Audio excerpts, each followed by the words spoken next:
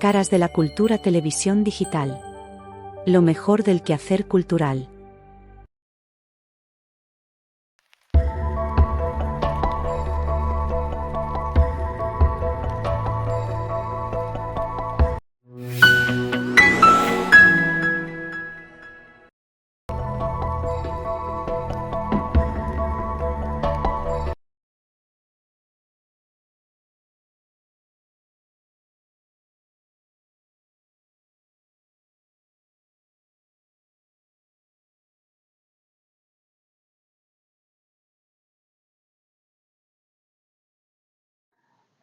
Buenas noches, amigas y amigos. Nuevamente ante ustedes con mi programa El Universo del Lenguaje. Soy Charo Arroyo y hoy día vamos a ver un tema que me encanta, que me apasiona, que es la ortotipografía. ¿Y qué es la ortotipografía? Se preguntarán muchos, porque en general, a pesar que la usamos, no la tenemos identificada a veces con el nombre de ortotipografía. La ortotipografía es la ortografía de los tipos. ¿Y qué son los tipos en imprenta? Si ustedes recordarán, antes de la computadora se imprimían los periódicos con pequeñas letritas que primero originalmente fueron de madera, con el tiempo se hicieron en plomo, donde los tipógrafos iban en cajas de madera armando lo que querían escribir, y eso era lo que se imprimía. Era muy interesante. Yo como periodista mucho me metía en los talleres a ver cómo trabajaban los tipógrafos. Creo que de ahí, cuando más adelante conocí la tipografía, fue que me enamoré de este tema, que me permite, pues, y les voy a pasar a ustedes algunos datos, escribir un texto ordenado, un texto agradable a la vista, un texto de fácil lectura, que es lo más importante. Entonces, cuando ya aparece la computadora y cada uno de nosotros podemos elaborar nuestros textos, tenemos infinidad de letras, tenemos diferentes posibilidades para hacer un texto, entonces la ortotipografía se ha vuelto aún más importante. Porque, por ejemplo, esta pequeña guía que estoy usando para esta clase, para esta charla, como ustedes ven, tiene titulares, tiene en negrita, en negra, mayúsculas. Estoy usando varios tipos de letras de manera que sea fácil leer. Títulos, subtítulos. Y ahí hay reglas. Pues, por ejemplo, si yo hago los títulos con un número de letra, la letra número 14, 15, 16, 18, todas las veces que yo haga un título voy a usar la misma letra, voy a usar el mismo color y voy a usar el mismo tamaño, de manera que sea fácil identificar lo que estoy leyendo. Eso es la ortotipografía que le hemos hecho. Entonces, para aclarar un poco más, les quiero hablar un poco de un personaje que es uno de mis ídolos que tengo en el mundo de las letras, que es José Martínez de Sousa.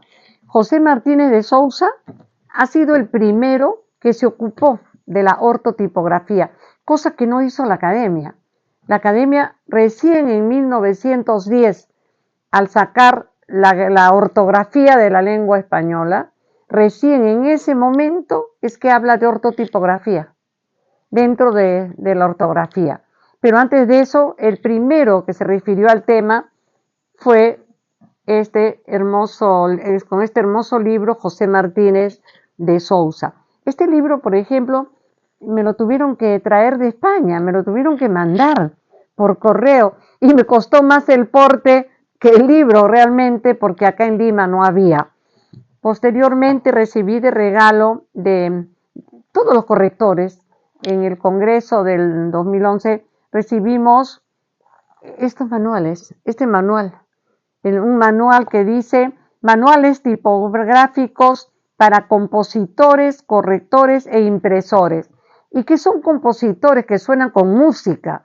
No, los compositores son los que componían los textos, es decir, los que hacían los textos, a los cuales me refería antes, que en una caja de madera ponían las letras, estaban componiendo. Y se les llamaba compositores, no eran componedores, como dijo una vez un periodista. No eran componedores, eran compositores. Este libro nos regalaron de la Asociación Único de España, la Asociación de Correctores. Yo pertenezco a la Asociación de Correctores ASCOT, ¿no? Y presenté el tema del cual estamos hablando, lo presenté como ponencia en el Congreso del 2011.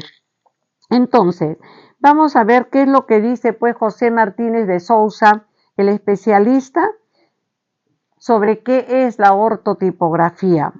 Él es un español erudito, especialista en el tema y en sus obras, sobre todo en esta, se basa esta ponencia, ¿no? Esta ponencia que la traslado a ustedes en este momento. Dice, es el conjunto de reglas de estética, es decir, de belleza del texto, lo que yo les decía, un texto ordenadito, un texto bien dispuesto, que sea fácil de leer. Y grafía tipográfica que se aplica a la presentación de los textos. Y, por ejemplo, refiriéndose a las bibliografías, los índices, los cuadros, ¿no? Después poesías, notas y sobre todo letras, tamaño de las líneas. A todo eso se dedica la ortotipografía. Y yo les sugeriría que saquen lápiz y papel, porque vamos a anotar algunas cosas en el siguiente espacio. Mientras tanto, voy a decirles, por ejemplo, que la ortotipografía es variada. Es decir, yo puedo escoger la letra que quiera, puedo escoger el número de mis párrafos, puedo escoger el tamaño de letra, puedo escoger en qué momento, por ejemplo, poner letras mayúsculas, etcétera, en los titulares, porque después hay reglas para todo lo demás.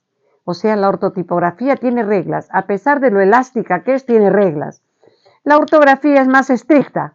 Tenemos que escribir bien las palabras de acuerdo a las reglas que conocemos desde el colegio. Entonces, pues, hablar de ortotipografía es hablar de un tema amplio, muy amplio, y que tendríamos que remontarnos pues al arte de crear y combinar esos tipos, que era lo que hacían la imprenta. Entonces tenemos tipos, espacios, ¿no?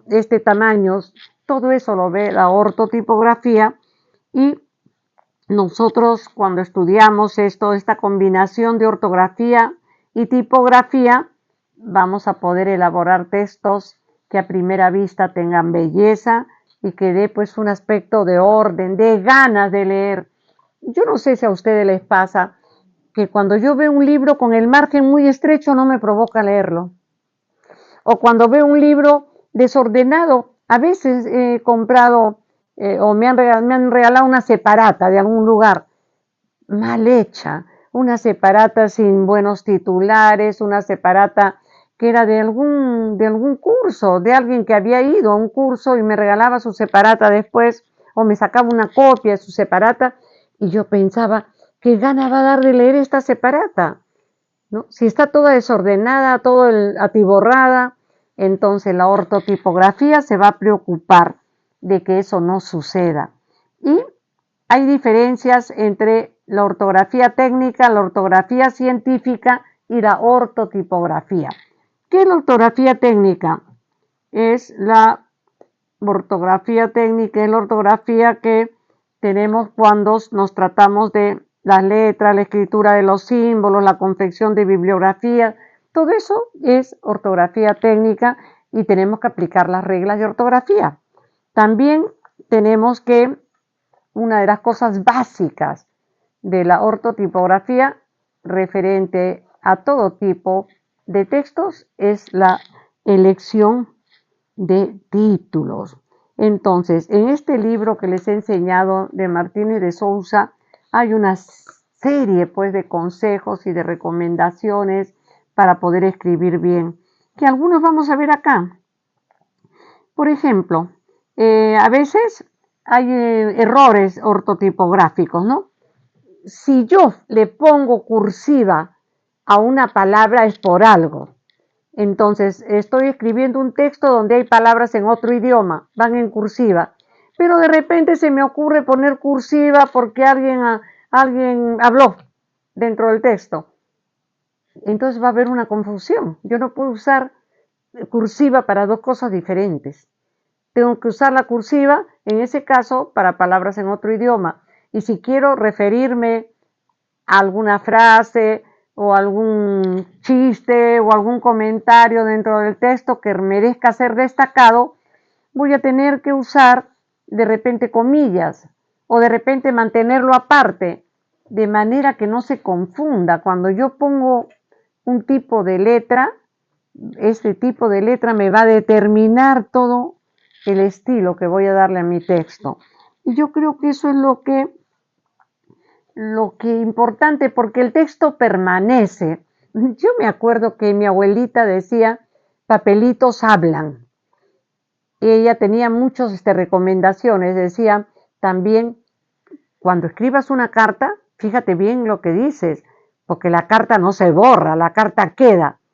Esa es la importancia del texto. El texto tiene permanencia. Las palabras se van, se las lleva el viento. El texto no, el texto queda. Entonces lo importante es que quede un texto bien escrito, un texto claro que no nos avergüence más adelante, ¿no? Ni por la ortografía ni por la mala ortotipografía. Y lo bueno es que ahora podemos usar todo este tipo de recomendaciones y reglas con la computadora. Y la computadora pues es un arma maravillosa para escribir textos.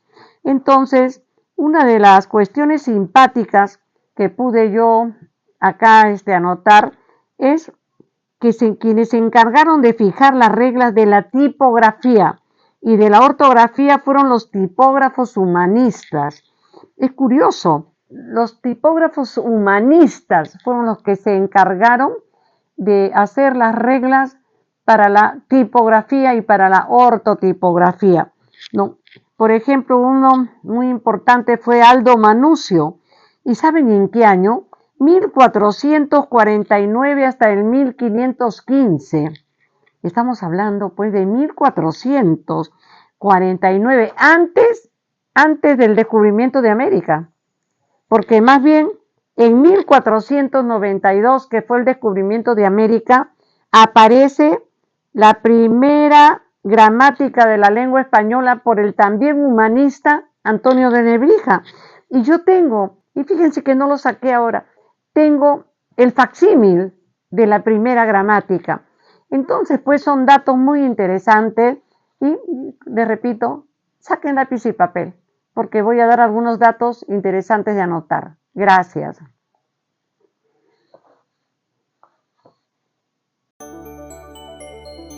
Caras de la cultura televisión digital. Lo mejor del quehacer cultural.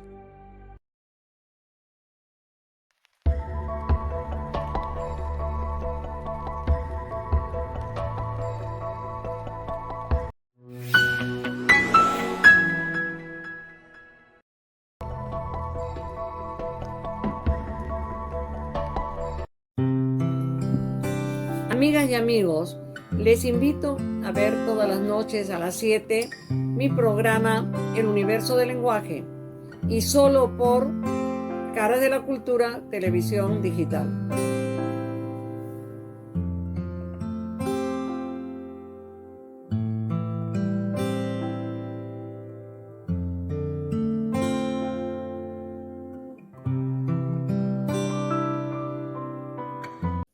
Les invito a ver Runasimipi Rimasu.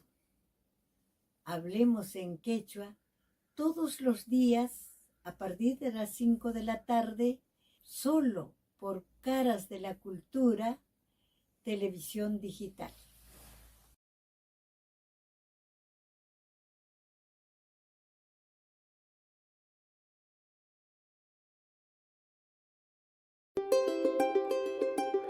Hola amigos, ¿desean pasar una tarde de café y poesía conmigo?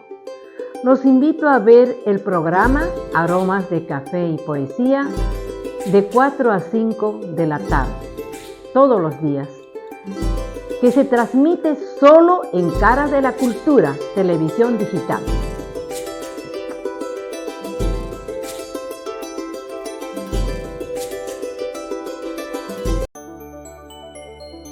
Caras de la cultura televisión digital. Lo mejor del quehacer cultural.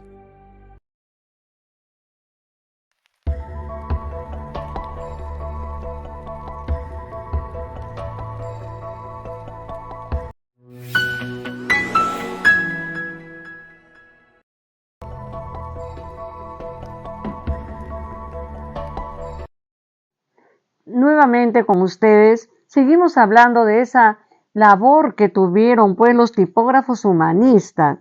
En el año 1480, el francés Geoffroy Tory y también en España fueron la familia Estienne, ¿no? Y fueron, imagínense ustedes, mientras Cristóbal Colón llegaba, pues como les decía, América, Antonio de Nebrija estaba sacando la primera gramática de la lengua y luego más adelante, en el 1495, o sea, 3 años después, saca el primer diccionario.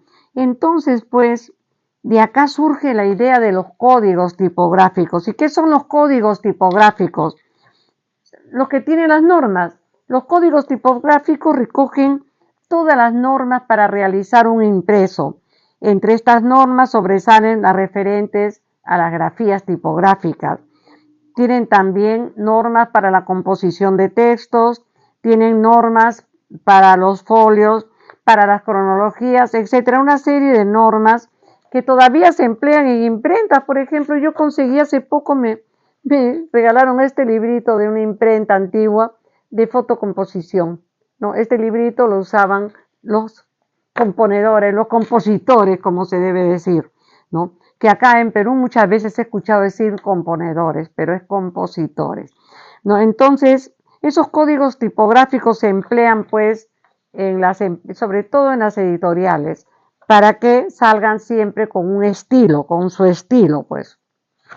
En España, por ejemplo, José Martínez de Sousa, en esta guía práctica, tiene una muy interesante que se llama la Guía Práctica de Composición Tipográfica, que él recomienda, porque no es de José Martínez de Sousa, es de Juan José Morato, que es tipógrafo, periodista, escritor y socialista, publicada en 1900 y luego reimpresa en 1908 y 1933.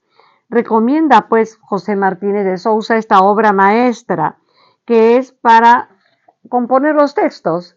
Entonces, como ustedes ven, ha habido una preocupación siempre por la ortotipografía. En el Perú he tratado de encontrar un escritor y tipógrafo que haya escrito un libro sobre el tema, pero no lo he encontrado. Quizá me faltó tiempo para la investigación, pero seguiré haciéndolo a fin de encontrar los orígenes de esta disciplina en el Perú. Pero siempre las editoriales han tenido sus folletos que se han ido, ¿no? Sucediendo para que haya pues una coherencia en la forma de hacer sus textos. Y los manuales de estilo también son tratados que sirven para orientar a quienes escriben textos y que puedan hacerlos pues bien escritos. Por ejemplo, los principales diarios del mundo tienen sus manuales de estilo. En el Perú lo tiene El Comercio, lo tenía El Mundo, lo tiene en la agencia F, por ejemplo, en España, El País. Tienen pues manuales de estilo donde el estilo de su publicación se unifique, que todas las secciones, todos los que escriban en los diferentes aspectos o temas tengan un estilo. Entonces, también tenemos que el apoyo ahora importantísimo del diccionario de la lengua española del 2010 y el diccionario panhispánico de dudas, el diccionario esencial y, como les digo, este libro de ortotipografía. Acá yo les contaba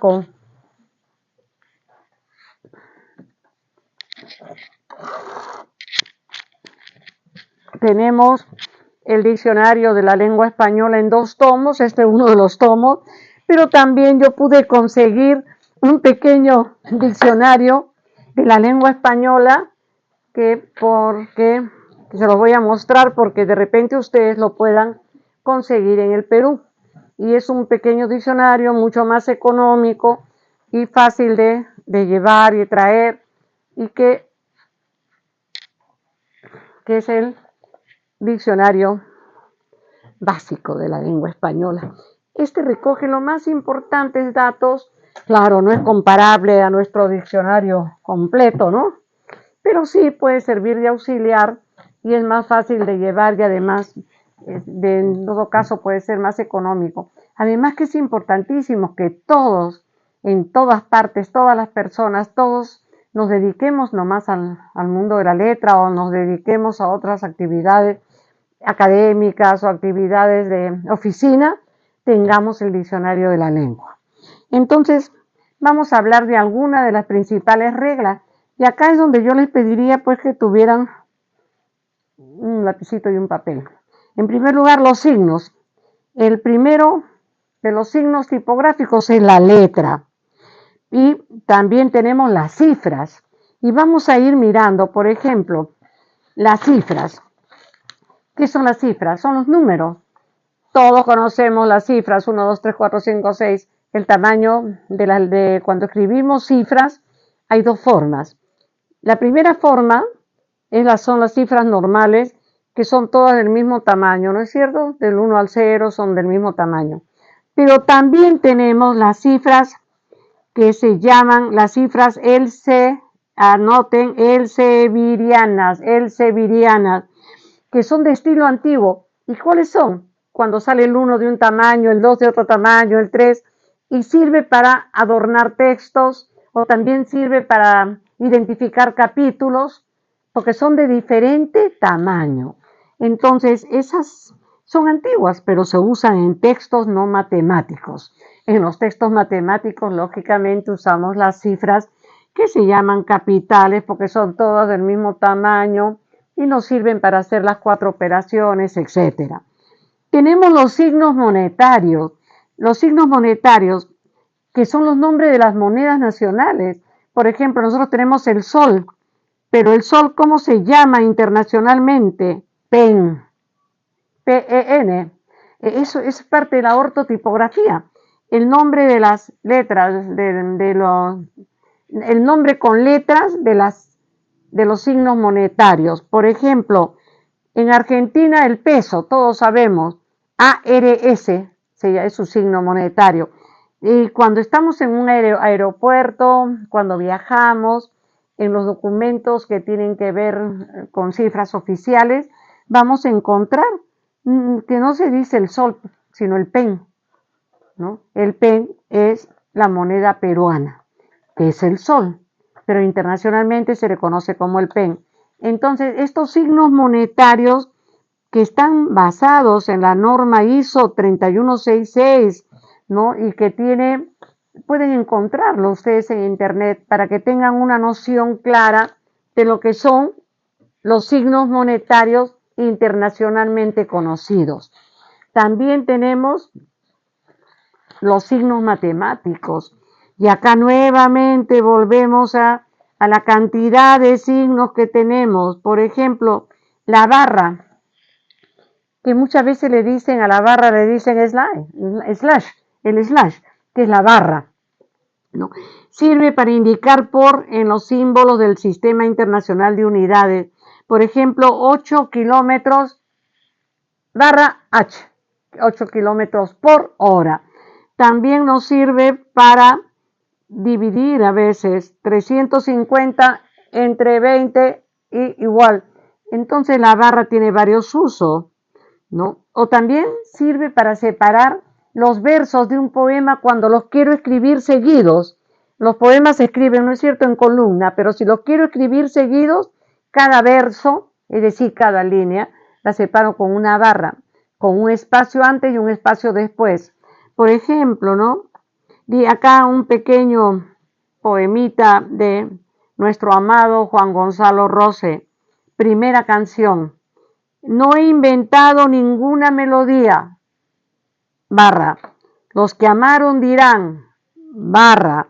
Conozco esta canción, barra.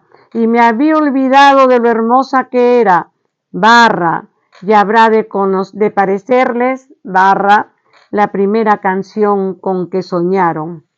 Y ahí termina. Entonces, cada vez que yo puse una barra es una línea.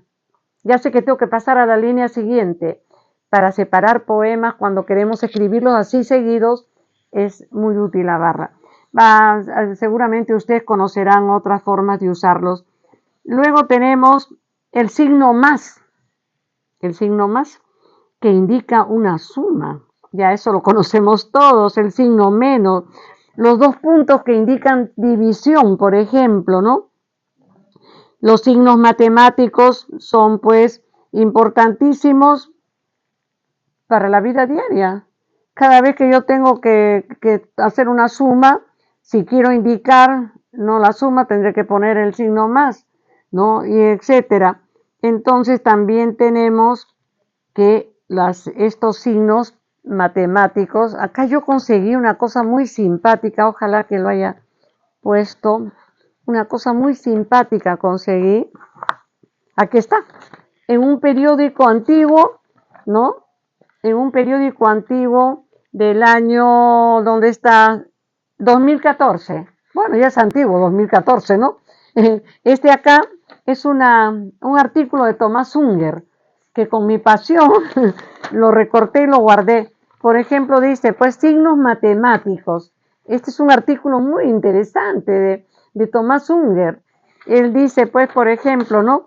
Que en 1489 el signo más ya tenía 100 años. El signo más fue el más antiguo. Y después dice que en el año 1631 el signo por, ¿no? En 1659 el signo entre. Y el signo igual apareció en 1557. Entonces, pues, como ustedes verán, los signos que nosotros manejamos tienen una larga historia. Díganme si no es interesante pensar cuánto tuvo que trabajar el cerebro humano para poder hacer lo que para nosotros es sencillísimo, ¿no? ¿Quién no sabe que si yo quiero restar, el signo es menos? Entonces, eso es parte, pues, de lo que nosotros podemos leer y releer cuando nos interesamos en este tema de la ortotipografía. Y yo les recomiendo, en internet pueden encontrar muchísimo material sobre este tema. Entonces, ustedes pueden buscar, yo tengo cerros de artículos interesantísimos sobre este tema y si ustedes se interesaran en la ortotipografía tan útil, yo sería muy feliz, porque eso es lo que me gustaría que hicieran, ¿no? Que se interesaran por este tema.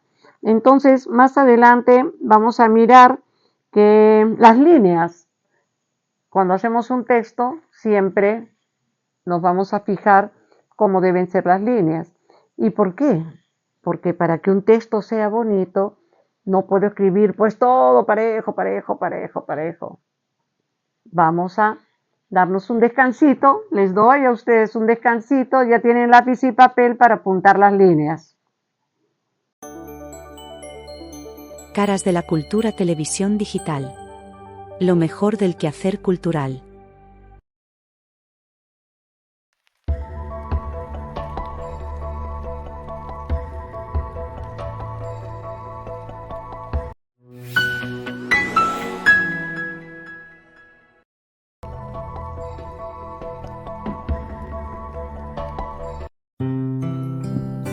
Amigas y amigos, les invito a ver todas las noches a las 7 mi programa El Universo del Lenguaje y solo por Caras de la Cultura Televisión Digital.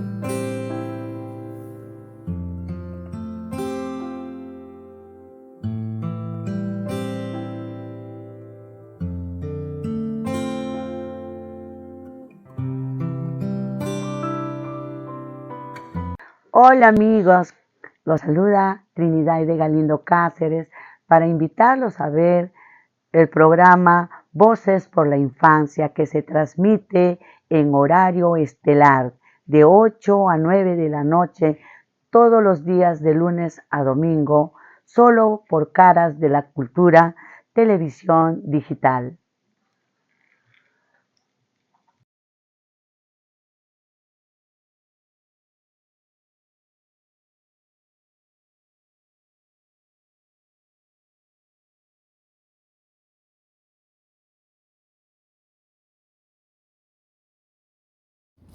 ¿Qué tal? Un gusto con todos, soy Eduardo Chocano, conductor del programa Cultura en Marcha en Caras de la Cultura Digital, y los invito a ver esta nueva edición del programa en la cual nos va a acompañar el escritor Edgar Monroe para hablar de su vida y exactamente de su obra Exofarrio, su ópera prima.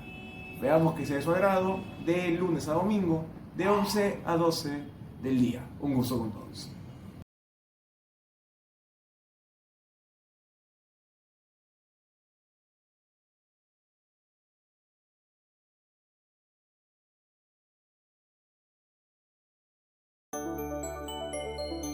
Caras de la Cultura Televisión Digital. Lo mejor del quehacer cultural.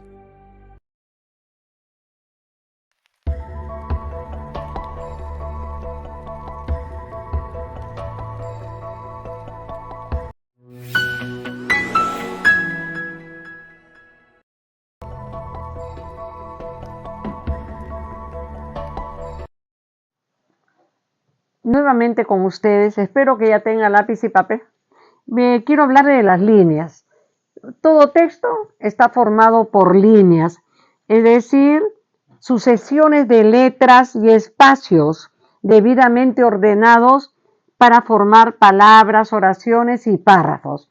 Entonces yo, cuando hago mi texto, tengo que escribir líneas de palabras y voy a ir cortando las líneas según como yo quiero escribir mi texto.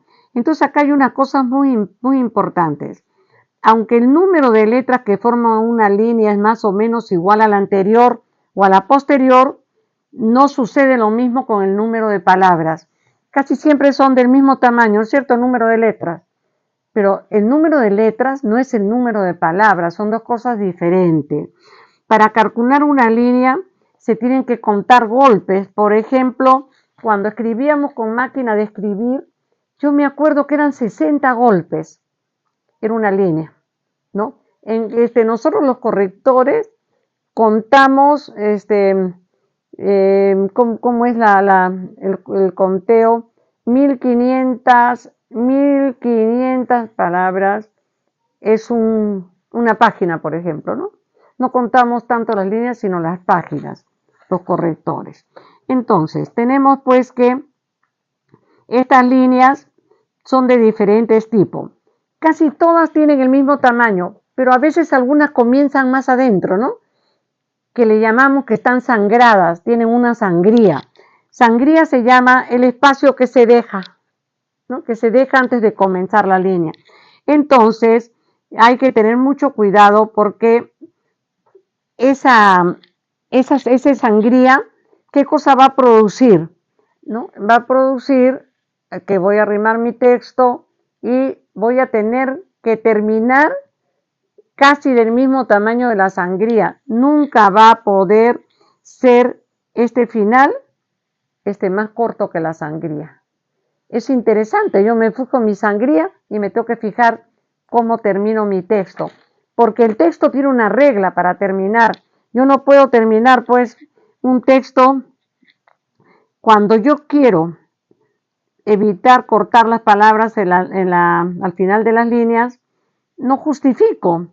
Entonces, y el margen derecho me va a quedar parejito y el margen izquierdo me va a quedar sin cortar. No voy a justificar, no me va a quedar un texto cuadrado.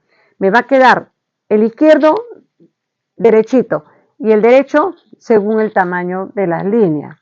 De manera, eso es lo moderno. Antes justificábamos todos los textos y me quedaban bien cuadraditos. Pero ¿qué producía? Que algunas palabras se separaran. ¿Recuerdan ustedes? Si alguien ha hecho ese trabajo antes. Entonces, acá, para que nos quede un texto bonito, bien presentable, ya no justificamos. Entonces, estamos dejando al final. ¿Por qué queda que es más estético no justificar? Para que no me queden espacios en blanco en el texto. porque cada vez que justificábamos un texto y que lo manteníamos pues bien derechito también a la derecha, quedaban espacios en blanco. Entonces ahora yo no justifico, me va a quedar las líneas de diferente tamaño, pero no me van a quedar espacios en blanco. Y no es pues tampoco tan llamativo el espacio que queda al final de la línea, ¿no? Hay un sistema, por ejemplo, cuando yo hemos dicho que como todas las líneas llevan un sangrado, cuando las líneas cubren toda la extensión de mi texto, se llaman líneas llenas. Cuando les he puesto sangría, se llaman líneas sangradas. Si la línea no llega hasta el final de la medida, se llamará corta o quebrada. Y deben seguirse, ya acá les pido que me anoten los siguientes requisitos. Esto de las líneas es muy importante, quizá una de las partes más importantes para que mi texto quede bien. Quiere decir que al final tiene que tener más espacio que el que le corresponde a la sangría. Si mi sangría es pues normal, la sangría normal que me va a dar el tabulador, tiene que ser un poquito más el espacio que me va a quedar al final de la línea cuando termino el texto. No puede quedar chiquitito, no puede quedar un final pequeñito, tiene que ser más grande que la sangría, ¿no? Si tiene menos letra, se va a llamar línea ladrona y es incorrecta. Si al final de la línea corta hay menos espacio que el que le corresponde a la sangría, por lo tanto es incorrecta. ¿Y cómo voy a poder solucionarlo? Voy ampliando los espacios entre las palabras un poquito de manera que pueda llegar hasta el final. ¿No es cierto? O si no, lo que yo a veces cambio palabras de manera de cumplir con mi regla y que al final de la última línea quede un espacio mayor que la sangría. Ahora, ya no se estila en muchos casos hacer sangría y se escriben los textos en bloque. Entonces, en esa forma se tiene que tratar de que todos los espacios al final de la línea queden más o menos del mismo tamaño, ¿no? Hay dos líneas cortas, una se llama la huérfana y la otra se llama la viuda. Ambas son incorrectas. ¿Y cómo son? En primer lugar, si al final de la línea corta hay menos espacio que el que le corresponde a la sangría, ya sabemos que es incorrecta. Y luego vamos ampliando, pero ninguna línea corta debe encabezar páginas o columnas, no, excepto la línea corta sangrada, es así, puede encabezar, porque ese es el comienzo del párrafo. Pero ninguna línea corta debe encabezar páginas. O sea, yo no puedo empezar con una línea corta. Entonces hay que tener cuidado con eso. Luego cuando la primera línea de un párrafo queda al final de una página se llama huérfana. A veces se han dado cuenta ustedes que la última línea queda al final del párrafo. No, al final de la página. No. Tenemos que tratar solita, ¿no? Solita. Es una línea corta, solita, que queda al final de la página, incorrecta. Y en la misma forma, cuando la línea corta aparece a la cabeza de la página o columna, se llama viuda. Entonces tampoco puedo poner yo una línea corta comenzando un texto. Que no sea sangrada. La sangrada sí, ya sabemos que la sangrada es aparte. Pero una línea corta y luego seguir con líneas normales, no pueden encabezar texto, ¿no? Es decir, no pueden quedar ni al final ni al principio. Hasta acá vamos a llegar con alguna demostración que he querido hacer sobre la importancia de la ortotipografía para nuestro trabajo de redacción, nuestro trabajo de escritores, nuestro trabajo de secretaria, nuestro trabajo de ejecutiva, que queremos hacer textos pues agradables, elegantes si se quiere, y también para el trabajo de corrección. Yo soy correctora de textos. Como correctora de texto, la ortotipografía es una herramienta para mí importantísima, ¿no? Entonces, como ustedes podemos saber que solamente con un poco de curiosidad podemos empaparnos en la ortotipografía. Yo quería mostrarles, por ejemplo, algunos libros Este de Alberto Gómez Font. Alberto Gómez Font es un amigo nuestro, español, que ha venido varias veces acá al Perú a darnos charlas y es un corrector de textos importantísimo, español es una antología de textos sobre el uso correcto del español precioso, español con estilo. Este lo he conseguido en Lima, Después acá hay otro de Javier Besos López, Tipografía y Notaciones, otro libro importantísimo para quien quiera, pues, no preocuparse de la tipografía, de la belleza, y hay cualquier cantidad de ejemplos sobre cómo hacer textos. Tiene mucho parecido, con diferencia de años, con este otro libro. Son dos libros maravillosos sobre quien se quiera, pues, un poco profundizar, quien quiera profundizar. Por último, quiero acabar con dos libros de Martínez de Sousa, Diccionario de Redacción y Estilo y Antes de que se me olvide, una aventura tipográfica. ¿Qué ha querido decir Martínez de Sousa? Antes de que se me olvide, porque aquí está recogida parte de su biografía como no solamente tipógrafo, escritor, especialista, sino también como ser humano con una gran pasión que comparto. Este es un libro que también lo he comprado en el Perú, entonces de repente ustedes pueden conseguirlo. Es precioso y lo recomiendo porque además es conocer a profundidad el trabajo de un hombre que se ha dedicado a esa pasión que muchos compartimos, que es la pasión por las palabras. Yo quisiera pues tener la suerte de que ustedes se especialicen, no se especialicen, curioseen en internet sobre todos los textos que hay sobre ortotipografía. Entonces, yo quiero reconocer y agradecer pues a José Martínez de Sousa, que es ortógrafo, ortotipógrafo, bibliólogo, autodidacta, autor de varias obras relacionadas con la ortotipografía y considerado en España y América como la máxima autoridad en el tema. Estos libros que les he enseñado es la máxima autoridad en el tema de la ortotipografía.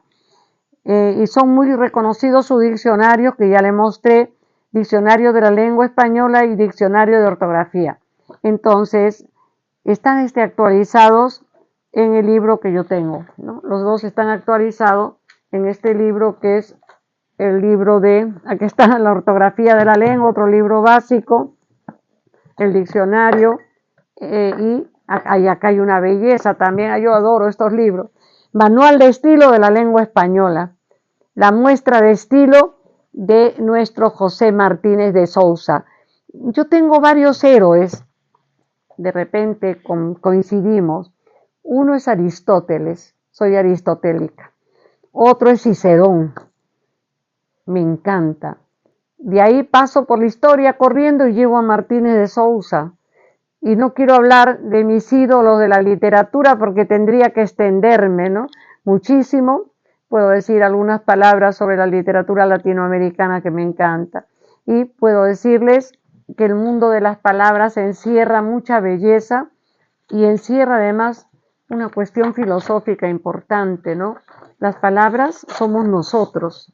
Las palabras no son cosas, decía Lisa Zorrilla, una especialista argentina. Las palabras viven con nosotros, las palabras están vivas, por eso que el lenguaje cambia, por eso que yo defiendo el lenguaje inclusivo, que fue el tema de la charla anterior, porque el lenguaje cambia, el lenguaje va avanzando, el lenguaje se enriquece con cada aventura del ser humano, se enriquece el lenguaje. Entonces, este programa, el universo del lenguaje, espero que les traiga satisfacciones, espero que curioseen un poco en internet sobre los temas del lenguaje inclusivo y los temas el tema de ortotipografía, que van a encontrar pues cuestiones muy útiles y además de enriquecimiento cultural también, ¿no? Es parte de nuestra cultura, el mundo de las palabras.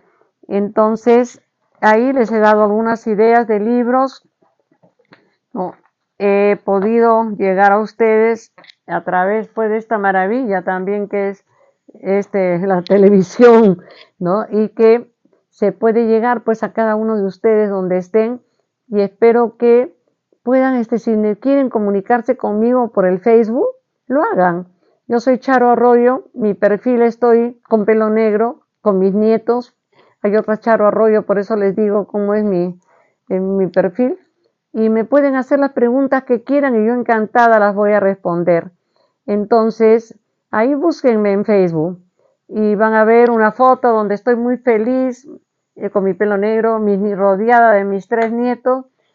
Y pueden, como les digo, preguntarme. Soy correctora de texto, soy periodista, soy poeta, soy escritora, soy un montón de cosas, todas relacionadas con la palabra. Y siempre estoy dispuesta a contestar preguntas, a resolver curiosidades y a aconsejar lecturas. Creo que hasta acá me despido de ustedes y espero que pronto nos volvamos a ver. Un abrazo grande, mucha suerte, mucho éxito y mucha paz. Gracias. Caras de la Cultura Televisión Digital. Lo mejor del quehacer cultural. Amigas y amigos, les invito a ver todas las noches a las 7 mi programa El Universo del Lenguaje, y solo por Caras de la Cultura Televisión Digital.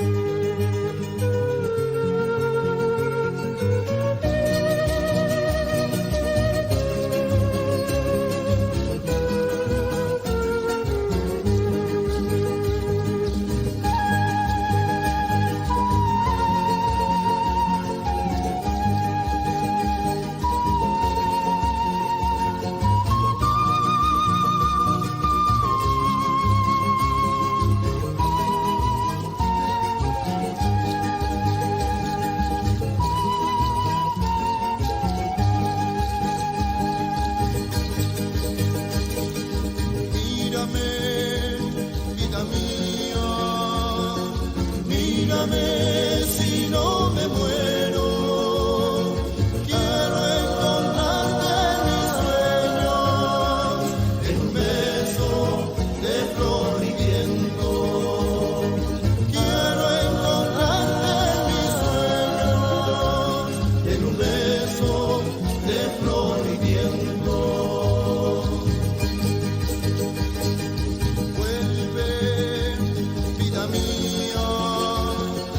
Vuelve si no me muero, quiero que el tiempo nos una en un beso de mar y cielo.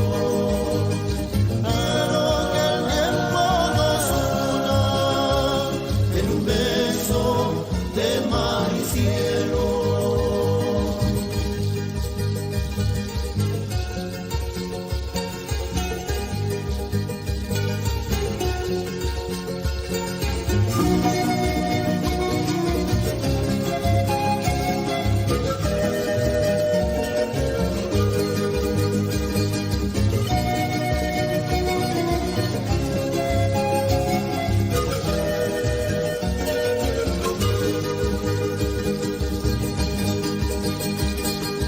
Mírame, vida mía, mírame si no me muero, quiero encontrarte en mis sueños, en un beso de flor y viento.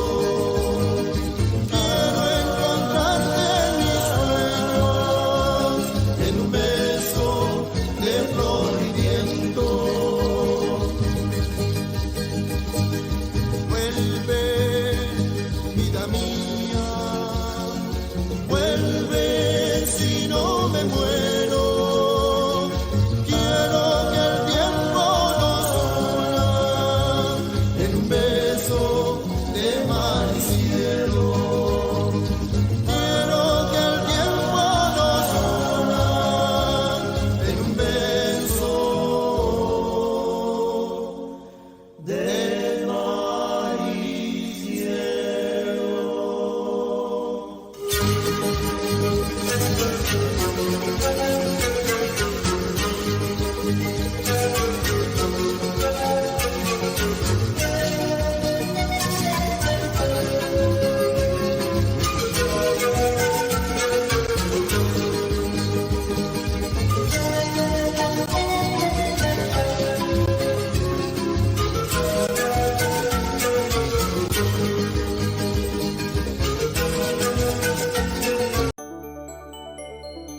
Caras de la cultura televisión digital.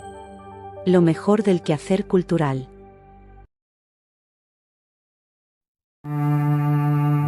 Poetas, cantantes, danzantes y el público asistente fueron protagonistas del gran espectáculo por el Día Mundial de la Poesía y el Agua, que se celebró el día domingo 21 de marzo en el Circuito Mágico del Agua, un conjunto de 13 fuentes artísticas que se construyeron en el Parque de la Reserva, Patrimonio Cultural de la Nación.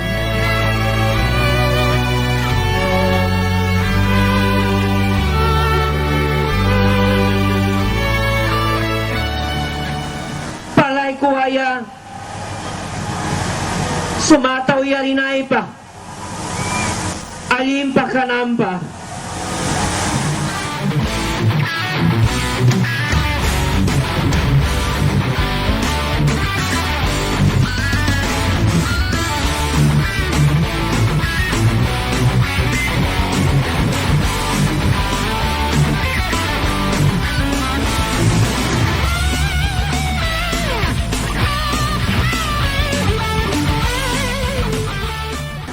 Se encuentra la verdad, desplazado del silencio, sin compañía, el espacio alborotado, desanima la idea.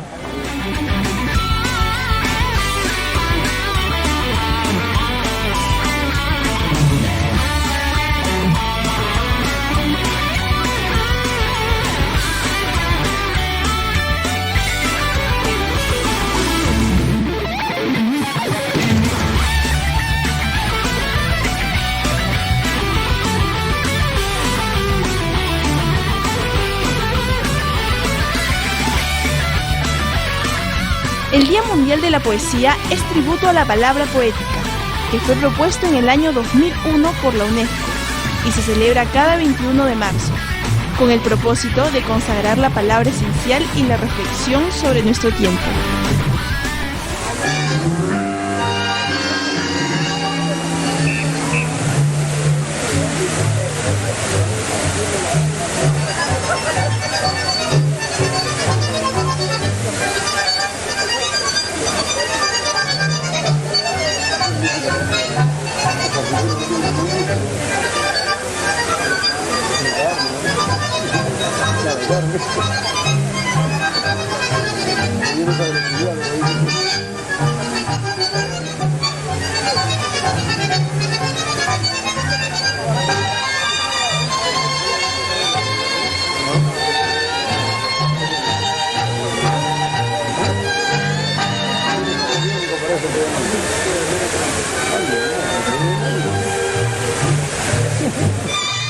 Este evento fortalece la cultura en nuestro planeta y se realiza en importantes capitales del mundo como París, Ámsterdam, Berlín y Bogotá.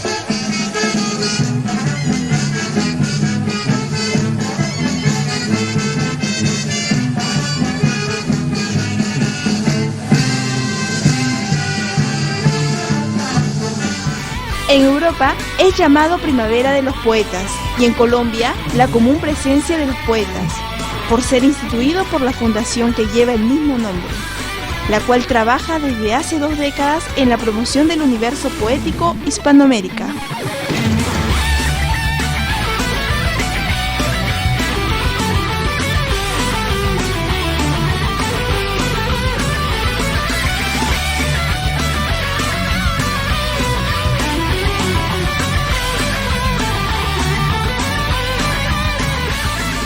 Esta gran celebración por el Día Mundial de la Poesía y el Agua convocó al público asistente, niños y adultos, a participar en la elaboración del poema más grande del mundo, y también los poetas más reconocidos firmaron sus libros en la exposición de poemarios del autor al lector.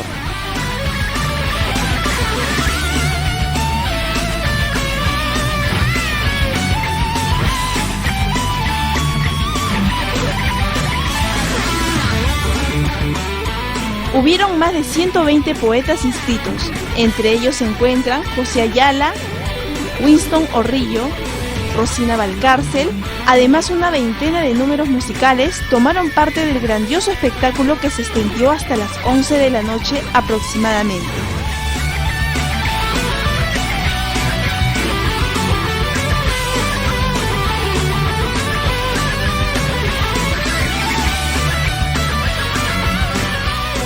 La Municipalidad de Lima y el programa Caras de la Cultura, conducido por el poeta Manuel López Rodríguez y reconocidos poetas como Gloria René Burneso, Dolores Solórzano Díaz, Julián Escalante Ramírez, Manolo Palacios Pasapera, Ana María Intil, Antonio Silva García, Delia Vargas Machuca, Ruth Hurtado Espejo, Susi Morales y muchos más estuvieron presentes para este grandioso acontecimiento cuya finalidad es fortalecer la cultura.